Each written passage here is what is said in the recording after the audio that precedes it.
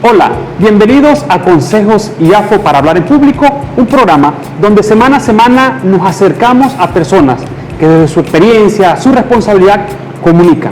Hoy tenemos la dicha de tener una maracucha entre nosotros, una licenciada en administración, especialista en lo que tiene que ver con recursos humanos, mujer que ha hecho de Guanare su segunda tierra. Hoy recibimos a Nereida Herrera. Negra, bienvenida.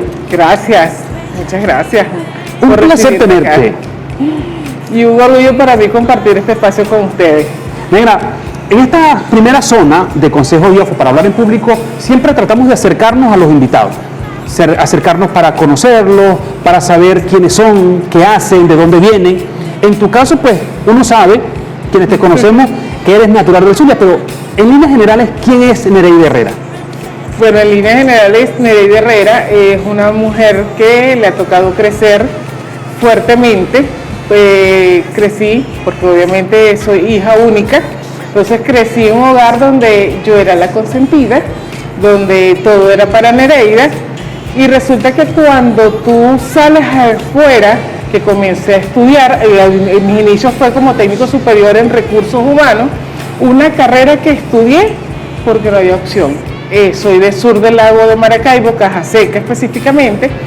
Llegó la hora de la educación universitaria, obviamente quien quería estudiar allí en esa zona o se iba a Maracaibo a tratar de estudiar en Luz o te ibas a Mérida a estudiar en la ULA. Yo comienzo a estudiar allí en el Instituto Universitario de Educación Especializada, IUNE. No quería estudiar educación, no quería estudiar contabilidad, pues la opción que había era administración de recursos humanos. Comienzo a estudiar.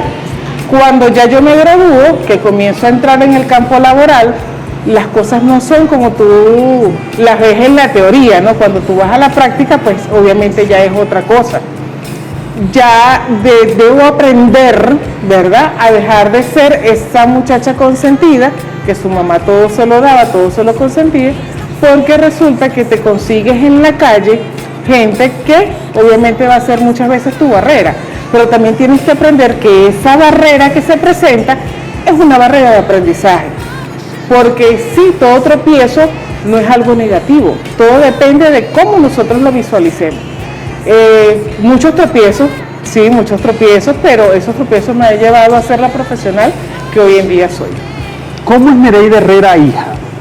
Nereida Herrera hija, hoy en día es una Nereida hija consentidora, porque obviamente mi mamá lo es todo para mí. A nivel de familiar es mi motor, ¿verdad? Es esa mujer que dejó de rehacer su vida, porque cuando mi mamá queda viuda a los 28 años, ella misma decidió no rehacer su vida, porque ella decía que mi papá era mi papá y que ella no iba a permitir que otro hombre viniera a ponerme una mano encima a mí, ¿verdad? Entonces, yo escucharla a ella con eso, yo siento que ella sacrificó su juventud, porque a los 28 años estás en plena juventud, que tuvo la oportunidad de rehacer su vida y sin embargo se dedicó a creerme en mí. Hoy en día le doy gracias a Dios, fueron situaciones muy negativas, pero le doy las gracias a Dios porque en un momento de paréntesis en mi vida, de enfermedad, en esas 4 paredes yo le decía a Dios, dame la oportunidad de volver a ver a mi mamá.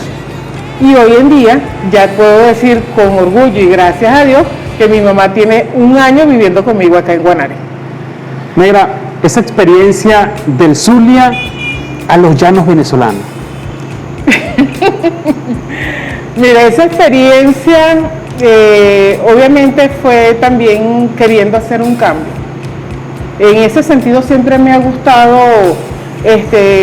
ir a sitios diferentes, conocer gente, porque yo siempre he sentido que el hecho que tú te relaciones, que te socialices, eso te lleva a crecer, ¿verdad? Y cuando ya tú sientes que en un sitio ya llega un momento que es hasta aquí, ahí viene un cambio.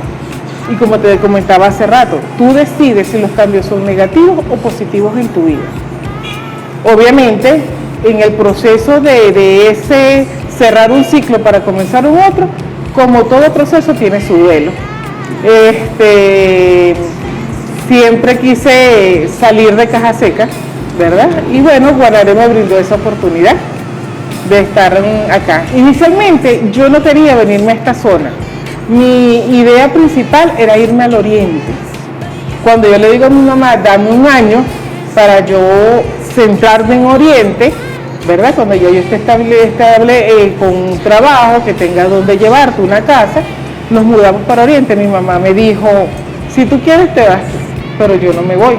Mi mamá siempre es de origen una señora de campo y es de las montañas de los Andes, específicamente de Santa Polonia. Entonces fue criada como muy de casa, muy hogareña. Mi mamá es muy sedentaria, ¿verdad? Mientras que yo quiero es andar. De hecho, yo tengo unos amigos que me decían, ahí viene Domingo García viajando en el bus, porque de hecho cuando llegué a Guanare, yo viajaba todos los fines de semana. Yo trabajaba, me iba con mi bolsito los viernes. Cuando llegaba al terminal de Guanare, yo decidía para dónde me iba. Y ese ir era para conocer, pues. Mi carrera más corta era pararme en Barquisimeto, en un primo que tengo allí.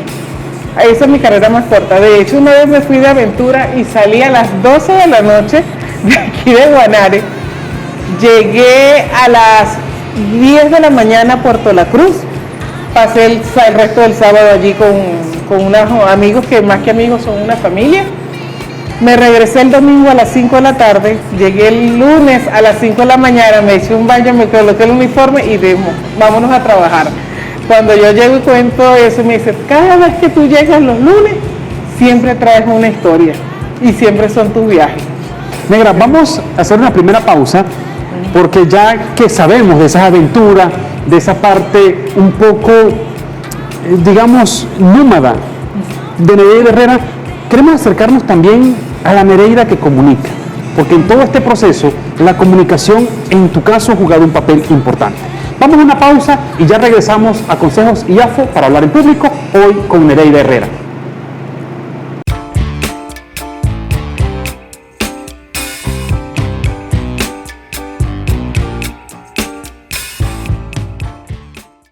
Seguimos en Consejos IAFO para hablar en público, hoy nutriéndonos de la aventurera Nereida Herrera. Negra, hablábamos fuera de micrófonos de esas experiencias, de esas aventuras, pero en esta zona queremos dedicarnos a esa parte de las aventuras comunicando. ¿Cómo son esos recuerdos de Nereida, sus primeras veces hablando en público, allí en Caja Seca, en la escuela, en la familia? ¿Cómo eras comunicando desde niña? Mira, si supieras que hoy en día el hecho de comunicar, a mí en esa niñez se convirtió en un reto. Porque ciertamente muy consentida, pero también en esa época de mi vida era muy introvertida. Por eso te digo que fueron facetas que fui superando poco a poco. De hecho, recuerdo que en la escuela hacían los lunes cívicos. Y el viernes antes de salir de clase, la maestra me decía, mira Nereida, los alumnos que van a leer los pensamientos de Bolívar el lunes está Nereida Herrera. Y yo, bueno, ella me dio el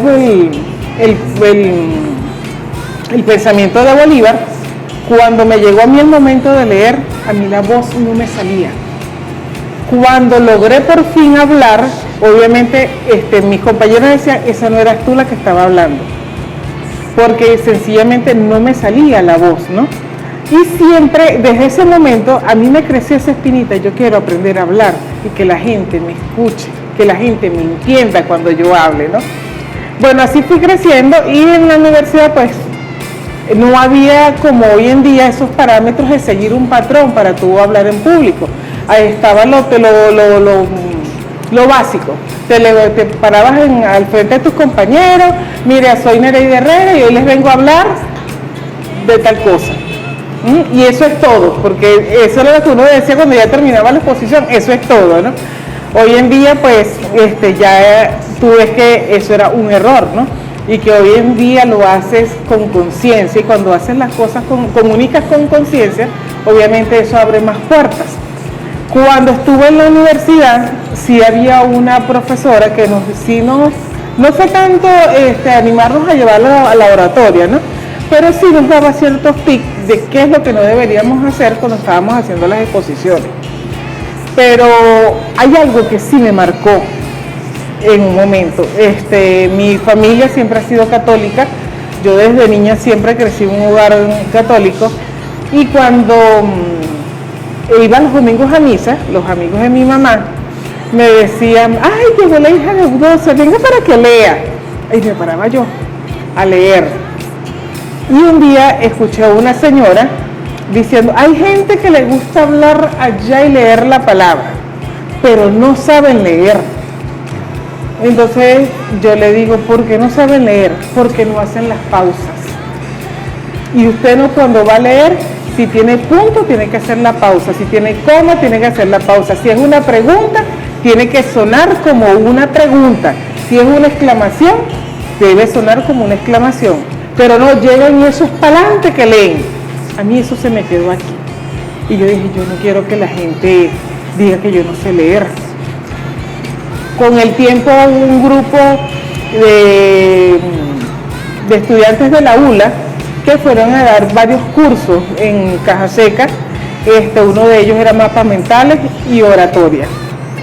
Bueno, el primero que hice fue mapas mentales, y bueno, eso me ayudó a tener ideas porque nunca había hecho un mapa mental, ¿verdad? Porque siempre eran mapas conceptuales, pero expresar a través de un dibujo, pues no es tan fácil.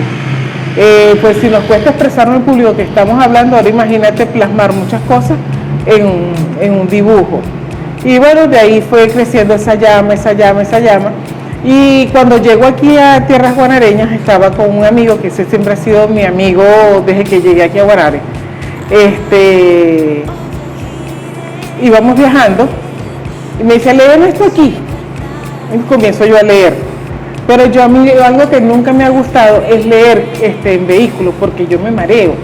Me da un dolor de cabeza muy fuerte, entonces yo en vehículos yo evito, andando evito leer, porque ese efecto de andar el carro pues me afecta, pues. Y leí muy mal. Me dice, tan grandote y tan mal que lee. Y yo, ¿en serio? Claro que sí, tartamudeaste mucho cuando estabas leyendo. Entonces eso creció más, alimentó eso. Y obviamente siempre quería hablar en público, hasta que, bueno, por el pasar del tiempo, leí en el Centro Comercial del Este el máster de oratoria. En ese tiempo era la escuela Evo. Llamo al número que está allí, hablo con Giovanni y me dice, sí, ciertamente, cuando tenían la fecha me llaman para decirme que no va a comenzar el máster porque no tenían la cantidad de personas. Y yo decía, Dios mío, ¿será posible? Pero anterior a eso, yo le había leído que era en Barinas. Yo decía, pero viajar todas las semanas, no quería viajar porque yo tenía mi planificación de fines de semana para otra cosa, pues. Hasta que por fin se dio, y bueno, comencé con ese máster de oratoria, y ese máster de oratoria abrió muchas puertas, porque obviamente me llevó a mí a introducirme más en la lectura, a leer con conciencia, a leer con esas pausas que esa señora me decía. Y claro, a todas estas estaciones me decía que tenía que hacer las pausas porque era una maestra de la vieja escuela. Y sabes que esas son respetuosos de los signos de interrogación, de exclamación, de todo lo que tiene que ver con la gramática. Pues obviamente cuando ella leía las lecturas bíblicas, no lo leía por leerle, proclamar la lectura de manera que sea al oído, llegue con un sonido de amor, que tú entiendas ese mensaje que Dios te trae a través de esa lectura, y sobre todo de esa persona que está leyendo. Negra, y esos recuerdos, porque también a nivel empresarial, ya cuando llegas al máster de oratoria, cuando llegas a la Escuela Venezolana de Oratoria, ya tú tenías una experiencia comunicando. A nivel de empresas. ¿Qué recuerdos tienes de esa época? Bueno, de esa época, esa experiencia nació cuando tuve mi primer experiencia laboral con en ese momento la empresa Lácteos Los Andes.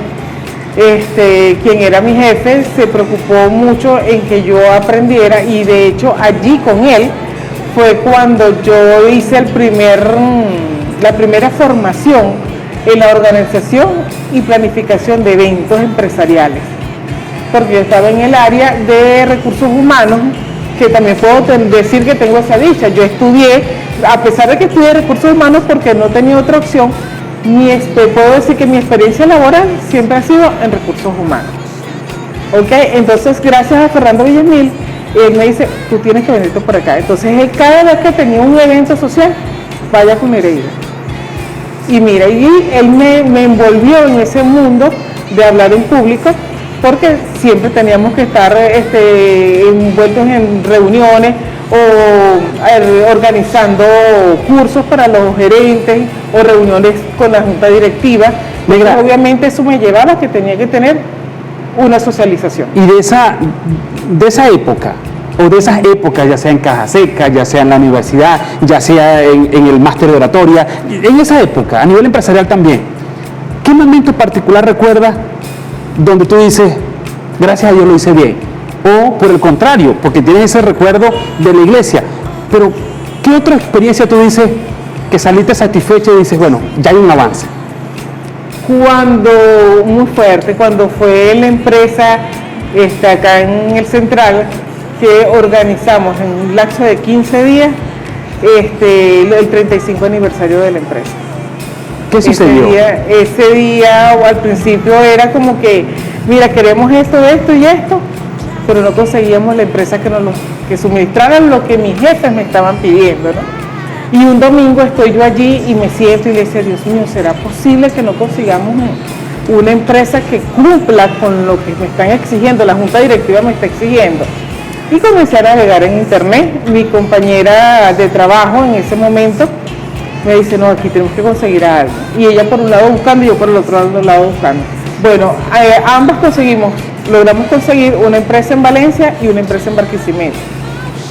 Inmediatamente cuando nos dice, bueno, busquen cotización de acuerdo a lo que se está solicitando.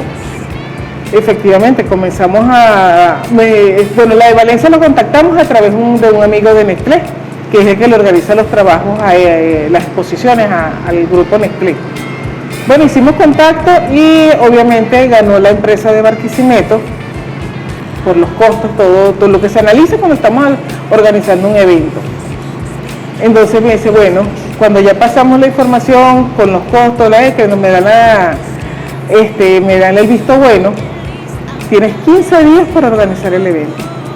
Y yo decía, Dios mío, eso sí que es un reto. Porque era un reto de mucha envergadura por lo que se estaba haciendo. Y decía, ¿y si no se da? Porque de paso, ¿qué es el temor cuando tú estás organizando un evento? Cuando te toca trabajar con gente que es la primera vez y no sabes cómo van a reaccionar. Porque obviamente yo por mi experiencia yo sabía cómo los iba a tratar a mis jefes inmediatos, ¿verdad? Pero cuando tú arrastras a un tercero, a veces las personas que también tienen su experiencia, obviamente, ellos van a querer siempre sobresalir por lo que ellos, imponer lo que ellos quieren.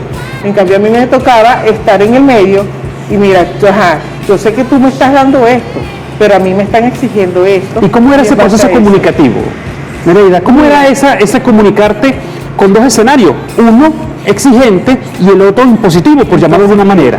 Mira, gracias a Dios, en ese momento, aparte que le pedía a Dios que me iluminara qué era lo que tenía que decir, yo me senté con el Señor, con el proveedor, y le dije, mira, aquí hay una realidad.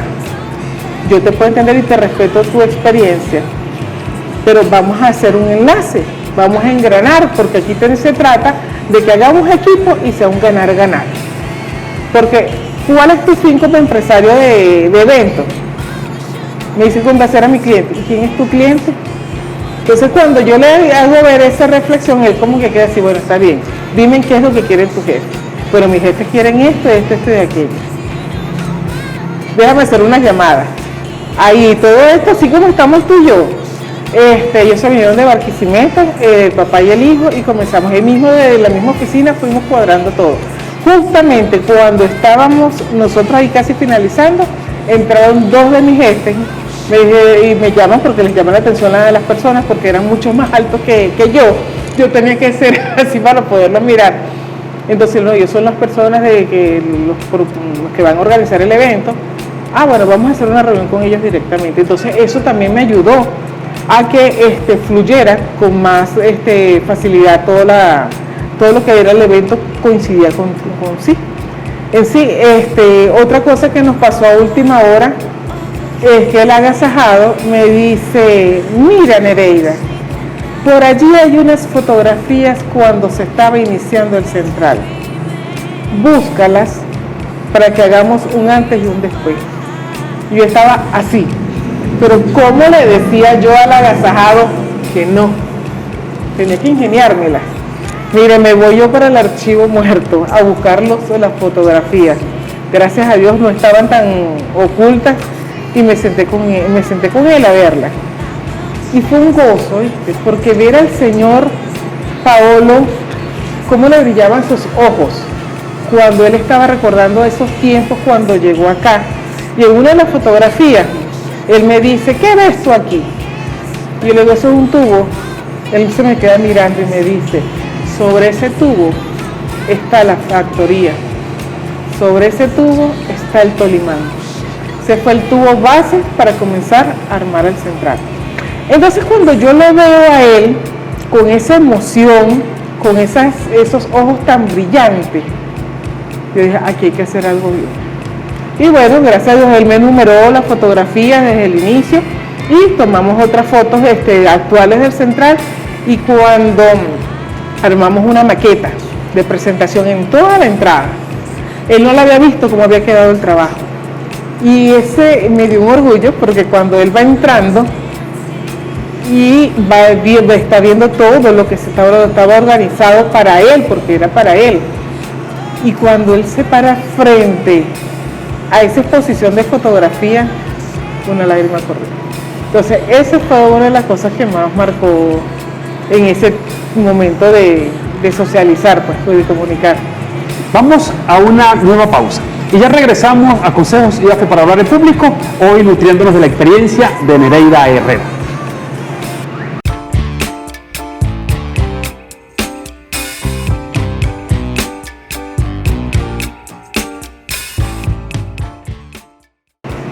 Seguimos en Consejos IAFO para hablar en público, hoy nutriéndonos de la experiencia, de todo ese bagaje de conocimientos que tiene Nereida Herrera en lo que corresponde a comunicar, lo que es organizar eventos, lo que es trabajar con recursos humanos, porque el recurso humano siempre ha sido el vínculo que tú has tenido para comunicarnos. Exactamente, sí.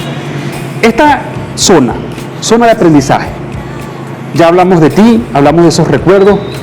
Si hoy pudieras mirar hacia atrás y recordar a Nereida comunicando en Caja Seca, en la escuela, en la universidad, esos primeros pasos que diste a nivel empresarial, en el máster de oratoria, ¿cuáles son esos aprendizajes que fuiste adquiriendo y que fuiste potenciando con el pasar del tiempo? Mira, cuando yo entré en la universidad, que fue allá en Caja Seca, obviamente fue algo nuevo, porque otra cosa, cuando llegué a la universidad no tenían, yo cuando salí de bachiller,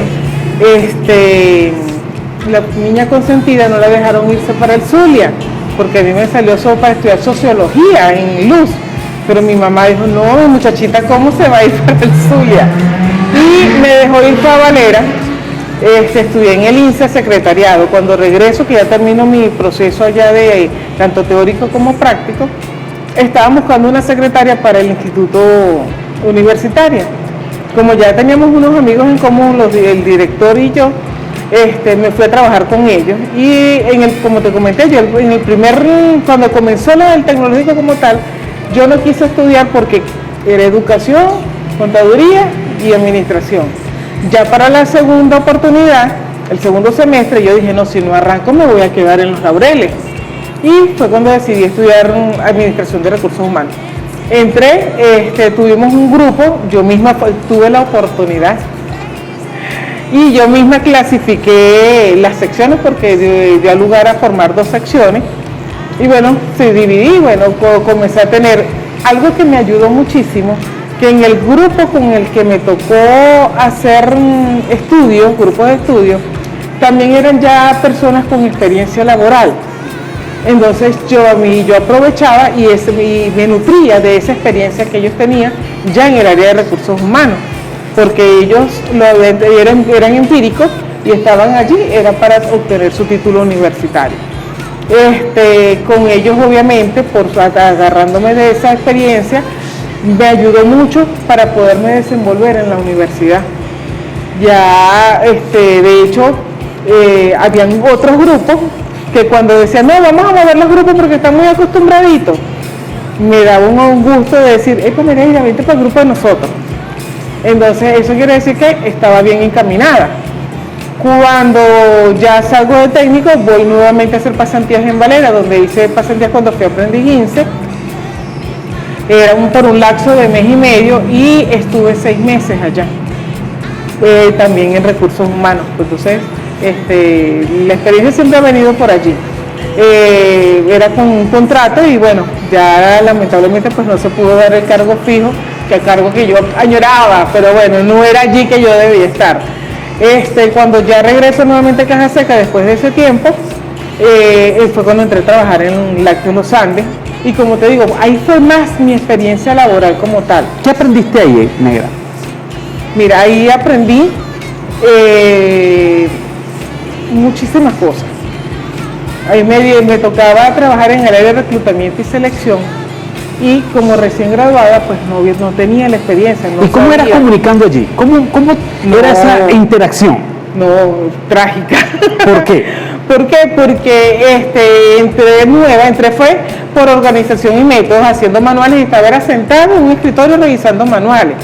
Cuando de repente, que te digo mi jefe, se va la persona que estaba allí anteriormente, me dice, bueno, la cambian de cargo y me dice, ¿tú le echas pichón ahí a estar en ese cargo? Obviamente era la oportunidad de ser fija, le dije que sí.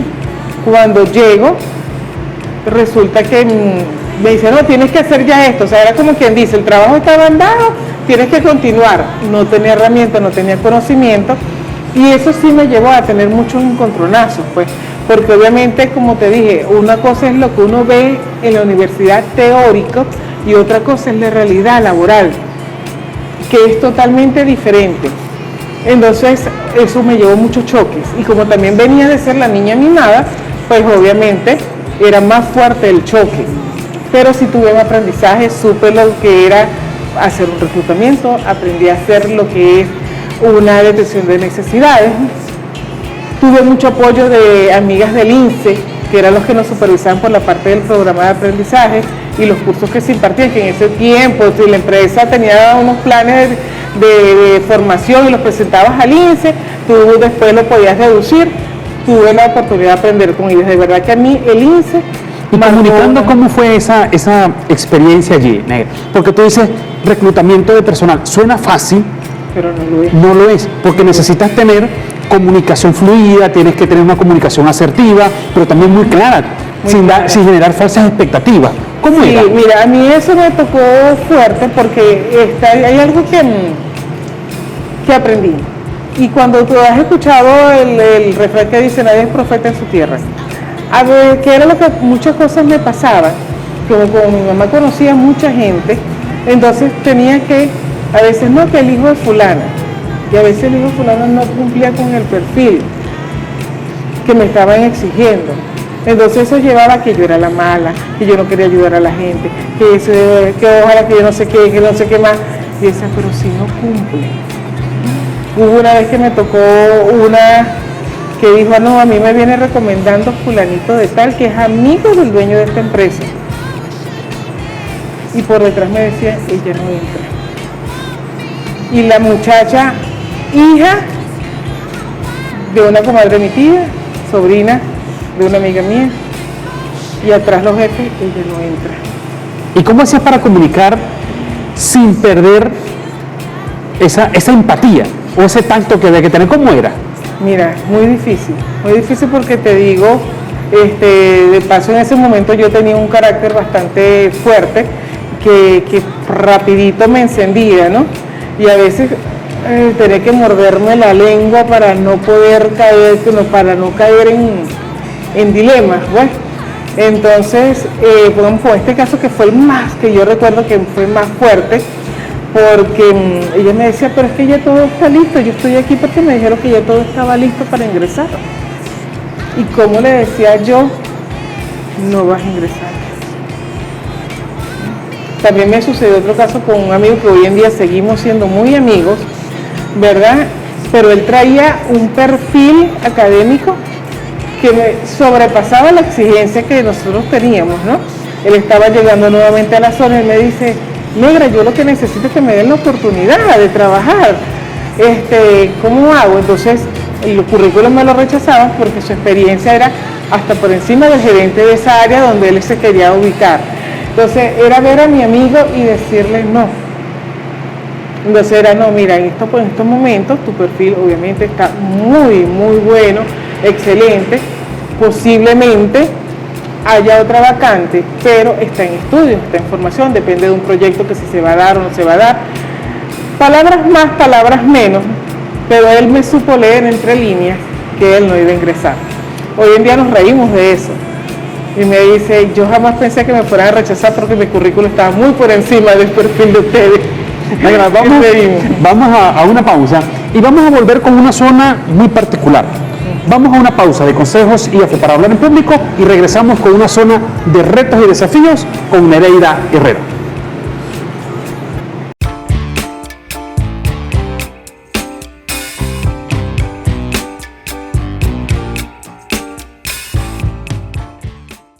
Seguimos en Consejos IAFO para hablar en público, hoy con la experiencia de Nereida Herrera, todo lo que ha vivido a nivel comunicativo, a nivel laboral y sobre todo en esa responsabilidad gerencial.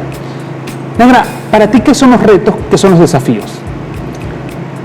Mira, es algo que te mueve, ¿verdad? Porque a veces un reto tú te lo puedes conseguir con el día a día, cuando las cosas tú llegas, haces tu planificación diaria. Pongamos en el central, yo estaba en el área de servicios, un área muy, muy movida. Es un área que yo por lo menos mi día comenzaba a las 5 de la mañana, o antes de las 5 de la mañana, a las 4 y pico de la mañana, porque a esa hora yo tenía que llamar al coordinador, por decir alguno de los casos que más me mantenía en retos y muchos desafíos, era el tema transporte. Entonces, a punto 4 y media de la mañana, mi primera llamada era para el coordinador de transporte. Y entonces muchos me decían, pero si tú no eres de transporte, yo sí soy de transporte. ¿Por qué? Porque si a mí yo llamo a las 4 y media y me dicen, mira, solamente me ha llegado un chofer y yo tengo 7 rutas, tú me dirás cómo me voy a poner yo, cómo va a ser mi día. Bueno, entonces mi primera llamada era a las 4 y media de la mañana. La segunda llamada a las 5 de la mañana. Esa hora, bueno, me encantaba y era música para mí cuando me decían, no, ya todos los choferes están aquí. Después a las 5 y cuarto, vigilar que todas las rutas ya comenzaran a salir, porque esa es la hora en que salían los transportes. Eso me daba mi chance, mientras que hacía esa llamada, a las 4 y media. Yo a las 5, yo me bañaba, volví a hacer la llamada para saber si habían comenzado las rutas. Y ese era el tiempo que yo tenía para ir haciendo el desayuno y vestirme. Y a las 6 de la mañana era mi otra llamada para ver si ya todas las rutas estaban en la única, que era el sitio de concentración, para comenzar a bajar. Después que comenzaba a bajar, llegaron todos los carros, van todo bien. Y mi trauma era que en la vía se accidentara uno. Porque entonces era que cuando era en sentido para el central, nadie se quería montar. No, tiene que ser porque este es mi transporte y yo no me voy a montar en el otro. Entonces a veces era encontrarlo en la vía, bueno señores, aquí está el otro carro, vamos a pasar, o que mira, que no sé qué, que ya venía cómodo, que esto, que aquello. Y bueno, hasta que el día bonito era que pasaras con todos los recorridos chéveres, todo bien, hasta que llegara allí. Ese era uno de los retos más difíciles para mí, porque hubo una época de que me provocaba era como que renunciar, porque todos los días era una queja. Entonces yo sentía que estaba así como en un círculo. Yo decía, santo Dios, ¿será posible que no va a haber un momento de alegría en esta parte, no? Porque era tanto así el tema de transporte que se crearon hasta comisiones, porque obviamente se hacía ver como que era que Nereida no estaba haciendo el trabajo de seguimiento. Y yo recuerdo que llegó alguien y me dijo, a mí se me van a parar bolas esos carajos. Tú vas a ver que conmigo sí van a caminar derechito. Y yo, en el nombre de Dios, papá, que así sea. Como a los 2 meses me llega el escritorio y me dice, chama, ¿cómo haces tú para calarte a esa gente? Y yo, pero usted no decía que usted sí le iban a parar bola, que como usted sí iba a caminar derechito, ¿y qué pasó? Me dice, no, eso es una locura, Dios mío, yo no sé cómo haces tú. Y ahí también entendí que tú no puedes criticar el trabajo de nadie, porque para empezar tenemos que ser empáticos, porque cada quien conoce la gotera que cae en su casa. Es muy fácil criticar desde la barrera, pero vamos a lidiar con el toro. Negra, en función a ello, esta zona se llama zona de retos y desafíos. Ay, Dios mío. Consiste en un bol con una tarjeta donde hay una serie de actividades: narrar una historia, contar un chiste, declamar un poema, cantar una canción.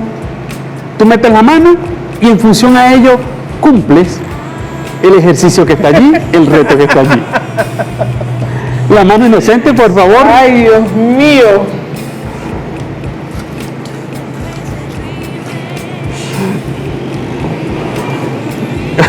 No, también, Contar un chiste. ¿Qué chiste malo te sabes? Ay, Dios mío, todos mis chistes son malos. Bueno, ya sabemos. Ay, Dios. Un chiste. Contar un chiste. En este momento la mente queda en blanco. Muy blanco. Ahí viene, y por eso la parte pedagógica de esta sección, de esta zona, porque lo que buscamos es que podamos tener la agilidad, la capacidad, la fluidez de poder salir de esos baches mentales cumpliendo con esas asignaciones, porque tú lo has vivido, Nereida, cuando muchas veces no tenías planificado dar un discurso y salga la jefa, salga la responsable, o mira, llegas a tener darle unas palabras. Y esos son escenarios que toca improvisar, así como hoy. Tú sabes que, hablando de improvisar, una vez estando en el mercado allá en Maracaibo, ¿no? Entre el puente, entre el terminal y para ir para el mercado de las Pulgas, ¿no? Hay un puente, ¿no? Y está un niño llorando y dice, mi abuelita, y todo el mundo corre, mi abuelita, mirando hacia abajo.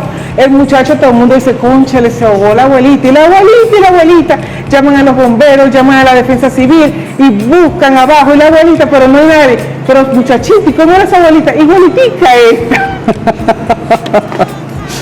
Oye, ¿ve? ¿Cómo te sientes? Ridículo, ¿no? Mucho. Ahora, porque no, contar chistes no es mi día a día, pues no. ¿No consideras que es tu fuerte? No, me conozco, no. Ahora, ¿sabes qué es bonito de esta zona, Nereida? La vulnerabilidad, que es una característica que tenemos nosotros en IAFO. Descubrir, mira, todavía uno no mira ni la cámara porque da vergüenza. No, y tienes que verlo cuando lo editen. Ay, Dios mío. La vulnerabilidad, eso termina siendo un reto, un desafío. Si tendrías que contar otro, no creo que lo hagamos. No. Ok, vamos a una pausa y vamos a regresar ya con lo que es la parte final de esta conversación amena donde nos nutrimos de Nereida Herrera. Vamos a una pausa y regresamos con consejos IAFO para hablar en público.